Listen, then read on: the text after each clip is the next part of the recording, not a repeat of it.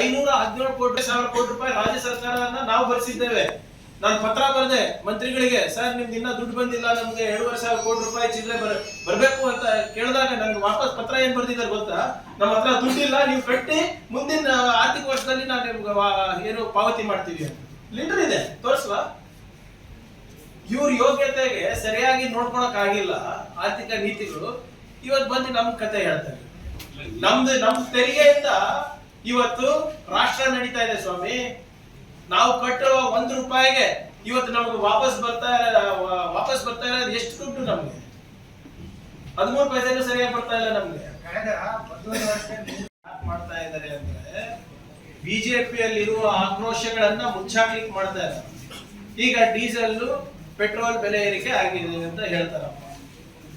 ಕಚ್ಚಾ ತೈಲ ಬೆಲೆ ನಮ್ಮ ಕೈನಲ್ಲಿ ಇದೆಯಾ sir? This video is sponsored by Max Multi-Speciality Hospital, 24/7 emergency trauma and critical care center with advanced services located at Hagarga Circle, Ring Road, Gulbarga. कल्याण कर्नाटका का पहला matrimonial app, यहाँ मिलेगा आपका परफेक्ट मैच। क्या आप अपने जीवन साथी की तलाश में हैं? Call now 08047363399. Download the Janta Matrimony app. ನೀವೇ ಹೇಳಿ, ಅಲ್ಲಿ ಬೇಗ ಆಗಿದ್ದಕ್ಕೆ ಇಲ್ಲಿ 10 ವರ್ಷ ಆದ್ಮೇಲೆ ನಾವು ಜಾಸ್ತಿ ಮಾಡಿದ್ವಿ. ಈಗ ಕ್ರೂಡ್ ಆಯಿಲ್ ಪ್ರೈಸಸ್ 10 ವರ್ಷದ ಹಿಂದೆ ಎಷ್ಟಿದೆ ಅದು ಇವಾಗ ಇಳಿಕೆ ಆಗಿದೆ ಅಲ್ಲ ಜಾಗತಿಕ ಮಟ್ಟದಲ್ಲಿ. ಮೋದಿ ಸರ್ಕಾರ ಇದೆ, ಮೋದಿ ಅವ್ರಿಗೆ ಕಮ್ಮಿ ಮಾಡಕ್ ಹೇಳಿ ಆಟೋಮ್ಯಾಟಿಕ್ ಇದನ್ನು ಕಮ್ಮಿ ಆಗುತ್ತೆ. ಇವ್ರಿಗೆ ಏನಾದ್ರೂ ನೈತಿಕತೆ ಇದೆಯಾ?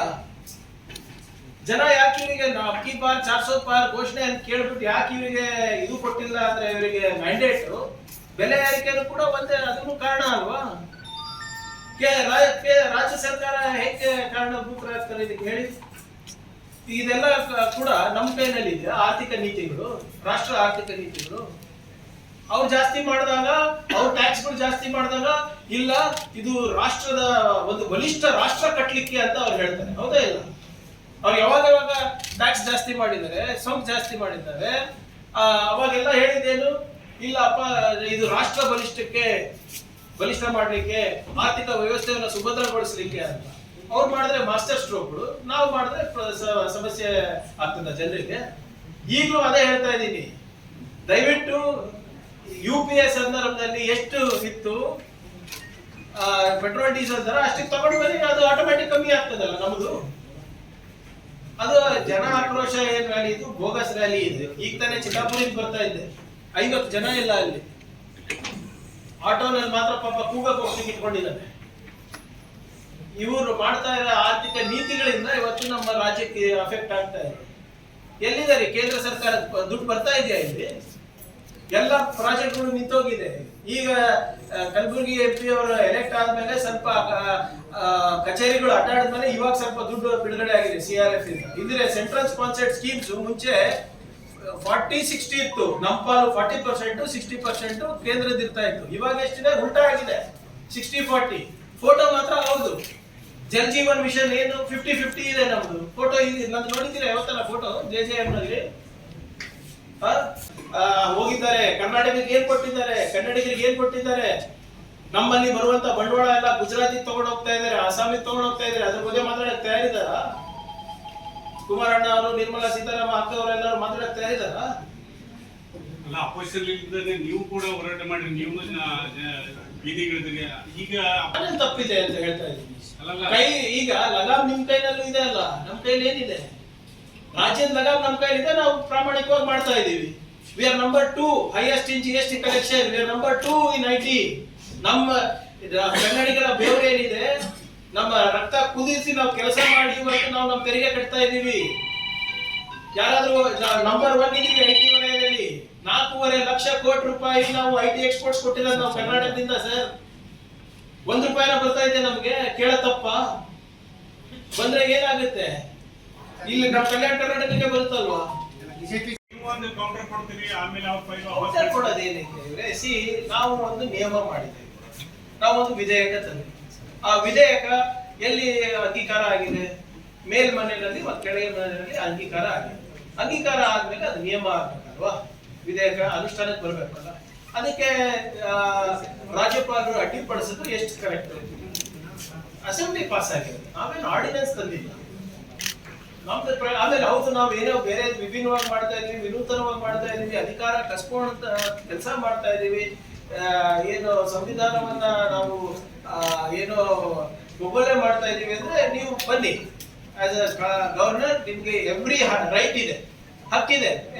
ನೀವು ಸರಿಯಾಗಿ ಮಾಡ್ತಾ ಇಲ್ಲ ಈ ಸರ್ಕಾರ ಕೆಲಸ ಅಂದ್ಬಿಟ್ಟು ಕಿವಿ ಹಿಡ್ಬೋದು ನಮ್ಗೆ, ಇಲ್ಲ ಅಂತಿಲ್ಲ. ಆದ್ರೆ what is unconstitutional in this? National loss ಕುರಿತು ನೋಡಿದ್ದೀವಿ, ಅದನ್ನು ಇದೇ ಮಾದರಿನಲ್ಲಿ ನಡೀತಾ ಇದೆ, ಬರೋಡಾನಲ್ಲಿ ನಡೀತಾ ಇದೆ, UP ನಲ್ಲಿ ನಡೀತಾ ಇದೆ, ಮಧ್ಯಪ್ರದೇಶದಲ್ಲಿ ನಡೀತಾ ಇದೆ. ಆದ್ರೆ ಅವೆಲ್ಲ ಸರಿ ನಡೀತಾ ಇಲ್ವಾ? ಹೇಳಿದ್ದೀನಲ್ಲ, ನಾನು ಮತ್ತೊಮ್ಮೆ ಅವ್ರಿಗೆ ಕ್ಲಾರಿಫಿಕೇಶನ್ ಕೊಡ್ತೀನಿ. ಅಕಸ್ಮಾತ್ ಒಪ್ಪಿದ್ರೆ ಒಳ್ಳೇದು, ಆದ್ರೆ ಹಂಗಂದ್ರೆ ಮತ್ತೆ ನಾವ್ ಯಾಕೆ ಇರ್ಬೇಕು ಸರ್? ಇವರು ಶಾಸಕರು, ನಾನು ಶಾಸಕರು, ಜನರಿಂದ ಆಯ್ಕೆ ಆಗಿರೋದು ಏನಕ್ಕೆ? ಶಾಸನ ಮಾಡ್ಲಿಕ್ಕೆ. ಶಾಸನ ಮಾಡಿದ್ದೇವೆ, ಶಾಸನ ಮಾಡಿ ಅಂಗೀಕಾರ ಆಗಿದೆ. ಅದಕ್ಕೂ ನೀವು ಕೊಕ್ಕೆ ಹಾಕೊಂಡು ಕೂತ್ಕೋತೀರಾ ಅಂದ್ರೆ ನಿಮ್ಮ ಉದ್ದೇಶ ಏನು? ಬಹಳ ಅಪಾರವಾದಂತ ಗೌರವ ಕುರ್ಚಿಗಿದೆ, ಆದ್ರೆ ಅದ್ರ ತಕ್ಕಂತೆ ಎಲ್ಲರೂ ನಡ್ಕೋಬೇಕಲ್ಲ. ಎಲ್ಲಿ ಕಳಿಸಿದ್ದಾರೆ? ರಿಜೆಕ್ಟ್ ಮಾಡಿದ್ದಾರೆ. ಕ್ಲಾರಿಫಿಕೇಶನ್ ಕಳಿಸಿದ್ರೆ 100% ಕೊಡ್ಲಿಕ್ಕೆ ಇದೆ. ಇರಿಗೇಷನ್ ಈಗ ಹೋದ್ ಬಾರಿ ಇರಿಗೇಷನ್ ನಲ್ಲಿ ಅದು ನಮ್ಮ ಡ್ಯಾಮ್ಗಳು ತುಂಬಿರ್ಲಿಲ್ಲ. ಆದ್ರೂ ಕೂಡ ಸಾಕಷ್ಟು ರೈತರ ಹೋರಾಟ ಮಾಡಿದಾಗ ನಾವು ಹಲವಾರು, ಬರೀ ನಮ್ಮ ವ್ಯಾಪ್ತಿ ಅಂತ ಹೇಳ್ತಾ ಇಲ್ಲ, ರಾಜ್ಯದಲ್ಲಿ ನೀರು ಬಿಟ್ಬಿಟ್ಟಿದ್ವಿ. ಈ ಸರಿ ನಾವೇನ್ ಮಾಡಿದೀವಿ ಅಂದ್ರೆ ಆ ಇರಿಗೇಷನ್ ಡಿಪಾರ್ಟ್ಮೆಂಟ್ ಅಲ್ಲಿ ಸ್ವಲ್ಪ ನಿಯಂತ್ರಣ ಇರಬೇಕು. ಸುಮ್ಮನೆ ನಾವು ನೀರು ಬಿಡಬಾರ್ದು. ಮೊದಲನೇ ಆದ್ಯತೆ ಕುಡಿಯೋ ನೀರು ಜನರಿಗೆ, ಅದಾದ್ಮೇಲೆ ಜಾನುವಾರುಗಳಿಗೆ, ಅದಾದ್ಮೇಲೆ ಬೆಳೆಗೆ ಇರಬೇಕು ಅಂದ್ಬಿಟ್ಟು ಏನ್ ಮಾನದಂಡಗಳಿದೆ ಅದಕ್ಕೆ ತಕ್ಕಂತೆ ನಾವು ಮಾಡ್ತಾ ಇದ್ವಿ. ಅದನ್ನ ಸಂಪೂರ್ಣ ನಿರ್ವಹಣೆ, ಯಾಕಂದ್ರೆ ಕೋಆರ್ಡಿನೇಟೆಡ್ ಎಫರ್ಟ್ಸ್ ಇರಬೇಕು. ಲಾಸ್ಟ್ ಟೈಮ್ ಅಲ್ಲಿ ಏನಾದ್ರು ಲೋಪ ಆಗಿದೆ ಅನುಷ್ಠಾನದಲ್ಲಿ ಅಂದಾಗ ಅದಕ್ಕೆ ಚೀಫ್ ಸೆಕ್ರೆಟರಿ ಅವರಿಗೆ ನಾವು ವಹಿಸಿದ್ದೇವೆ. ಮತ್ತೆ ಮುಂಜಾಗ್ರತವಾಗಿ ನಾವು ಯಾವಾಗಲೂ ಕೂಡ ಯುದ್ಧ ಕಾಲ ಶಸ್ತ್ರಾಭ್ಯಾಸ ಮಾಡ್ತೀವಿ. ಅದಕ್ಕೆ ಈಗಲೇ ಮೊನ್ನೆ ನಾವೇ ಕ್ಯಾಬಿನೆಟ್ ನಲ್ಲಿ ಮಾನ್ಯ ಮುಖ್ಯಮಂತ್ರಿಗಳನ್ನ ಮನವಿ ಮಾಡ್ಕೊಂಡು ಮಹಾರಾಷ್ಟ್ರಕ್ಕೆ ನೀರು ಬಿಡ್ಲಿಕ್ಕೆ ನಾವು ಪತ್ರ ಬರೆಸಿದ್ದೇವೆ. ಇಲ್ಲಿದ್ರೆ ಜನರಲಿ ನಾವು ಏಪ್ರಿಲ್ ಎಂಡು ಮೇ ನಲ್ಲಿ ಬರೀತಾ ಇದ್ವಿ. ಅಲ್ಲ ಸರ್, ಈಗಲೂ ಅದ್ರ ಪರಿಣಾಮ ಏನೂ ಆಗಿಲ್ಲ ಸರ್, ಪತ್ರ ಆಯ್ತು. ನೋಡಿ, ಎಲ್ಲಾ ಸಂಪನ್ಮೂಲಗಳು ಅವ್ರವ್ರ ರಾಜ್ಯಗಳು ಇಟ್ಕೊಂಡು ಹೋಗ್ತಾರೆ. ನಾವು ಬೇರೆ ರಾಜ್ಯಗಳು ಬಿಡ್ಬೇಕಾದ್ರೂ ಕೂಡ ನಾವು ಸ್ವಲ್ಪ ಯೋಚನೆ, ಫಸ್ಟ್ ನಮ್ಮ ಜನರ ಬಗ್ಗೆ ಯೋಚನೆ ಮಾಡಿ ಮಾಡ್ತೀವಿ. ಅಲ್ಲಿ ಇನ್ನ ಎಷ್ಟು ಲಭ್ಯ ಇದೆ ಅಂತ ನಮ್ಗೆ ಬಂದಿಲ್ಲ. ನಮ್ಮ ಮಾಹಿತಿ ಇದೆ, ಆದ್ರೆ ಖಚಿತವಾದಂತ ಮಾಹಿತಿ ಅವರು ಅಫಿಷಿಯಲ್ ಆಗಿ ಕೊಡ್ಬೇಕಾಗ್ತದೆ ನಮ್ಗೆ. ಅದಾದ್ಮೇಲೆ ನಾವು ಅದ್ರ ಬಗ್ಗೆ ನಾವು ಮಾತಾಡ್ತೀವಿ. ಇದೇ ತಮಿಳುನಾಡದವರು ನಮ್ಮಿಂದ ನೀರು ತಗೋಬೇಕಾದ್ರೆ ಕೋರ್ಟಿಗೆ ಹೋಗೋ, ಪ್ರಾಧಿಕಾರದ ಮೇಲೆ ಒತ್ತಡ ಹಾಕೋ, ಹೆಂಗೋ ಮಾಡಿ ತರಿಸ್ಕೊಂಡ್ಬಿಡ್ತಾರೆ ಸರ್. ನಮ್ಮ ಅಲಾಕೇಶನ್ ಅನ್ನ, ಅವರ ಅಲಾಕೇಶನ್ ಅನ್ನ ಮೀರಿ ಏನು ಸುಪ್ರೀಂ ಕೋರ್ಟ್ ಆದೇಶಗಳಿವೆ ಅಷ್ಟೇ ನಾವು ಬಿಡ್ತಾ ಇರೋದು ಹೊರತು, ಬಿಟ್ಟಿದೀವಿ ಹೊರತು ಅದಕ್ಕಿಂತ ಹೆಚ್ಚು ನಾವೆಲ್ಲೂ ನಾವು ಮಾಡಿಲ್ಲ, ಮಾಡಕ್ಕೂ ಹೋಗಲ್ಲ. ಬಿಟ್ಟಿವಿ ಅಂತ ಹೇಳ್ತಾ ಇಲ್ಲ ಸರ್. ನಮ್ಮ ಪ್ರಶ್ನೆ ಏನಂದ್ರೆ, ತಮಿಳುನಾಡದವರು ನೀರು ಬಿಡಿಸ್ಕೊಳ್ಳಕ್ ಅವ್ರು ಯಾವ ರೀತಿ ಹೋರಾಟ ಮಾಡ್ತಾರೆ, ಒತ್ತಡಗಳ ತಂತ್ರ ಮಾಡ್ತಾರೆ, ನಮ್ಮ ರಾಜ್ಯ ಮಹಾರಾಷ್ಟ್ರದಿಂದ ಬಿಡಿಸ್ಕೊಳ್ಳೋಕ್ ಪ್ರಯತ್ನ ಇಲ್ಲ, ಬರೀ ಒಂದು ಪತ್ರ ಬಿಟ್ರೆ. ಅದಕ್ಕೆ ಫಸ್ಟ್ ನಾವು ಡೈರೆಕ್ಟ್ ಕೋರ್ಟಿಗೆ ಹೋಗಬೇಕಾಗುತ್ತೆ. ನಾವು ಒಂದೆರಡು ಮನವಿ ಮಾಡ್ಬೋದು. ನಾವು ಚೀಫ್ ಸೆಕ್ರೆಟರಿಗಳು ಸೇರಿ ಒಂದು ಮೀಟಿಂಗ್ ಕೂಡ ನಾವು ಮಾಡಬೇಕು ಅಂತ ನಾವು ಅದು ಕೂಡ ನಾವು ರಿಕ್ವೆಸ್ಟ್ ಮಾಡ್ಕೊಂಡಿದ್ದೀವಿ. ಬಚಾವತ್ ಆಯೋಗದ್ದು ನಿಯಮ ಪಾಲನೆ ಆಗ್ತಾ ಇಲ್ಲ ಮಹಾರಾಷ್ಟ್ರ ಬಚಾವತ್ ಆಯೋಗದ್ದು ಇಲ್ಲ, ಅದನ್ನೇ ನಾವು ಪಾಲನೆ ಮಾಡಬೇಕು ಅಂದ್ರೆ ನಾವು ಫಸ್ಟ್ ಅವರಿಗೆ ರಿಕ್ವೆಸ್ಟ್ ಮಾಡ್ಕೋಬೇಕಲ್ಲ. ಅವರು ನಮ್ಗೆ ರಿಕ್ವೆಸ್ಟ್ ಮಾಡ್ತಾರೆ, ನಾವು ಅವರಿಗೆ ರಿಕ್ವೆಸ್ಟ್ ಮಾಡ್ತೀವಿ. ಒಂದು ಜಂಟಿಯಾಗಿ ಸಭೆ ಮಾಡೋದಕ್ಕೂ ಕೂಡ ನಾನು ಆಗಲೇ ಅವರಿಗೆ ಸೂಚನೆಯನ್ನು ನೀಡಿದ್ದೇನೆ. ಅವರು ಒಪ್ಬೇಕಲ್ಲ. ಸೊ ಖಂಡಿತವಾಗ್ಲೂ ಅದನ್ನ ಆ ಪ್ರಕ್ರಿಯೆ ವೀಕ್ಲಿ ಬೇಸಿಸ್ ಫಾಲೋ ಅಪ್ ಆಗ್ತಾ ಇದೆ.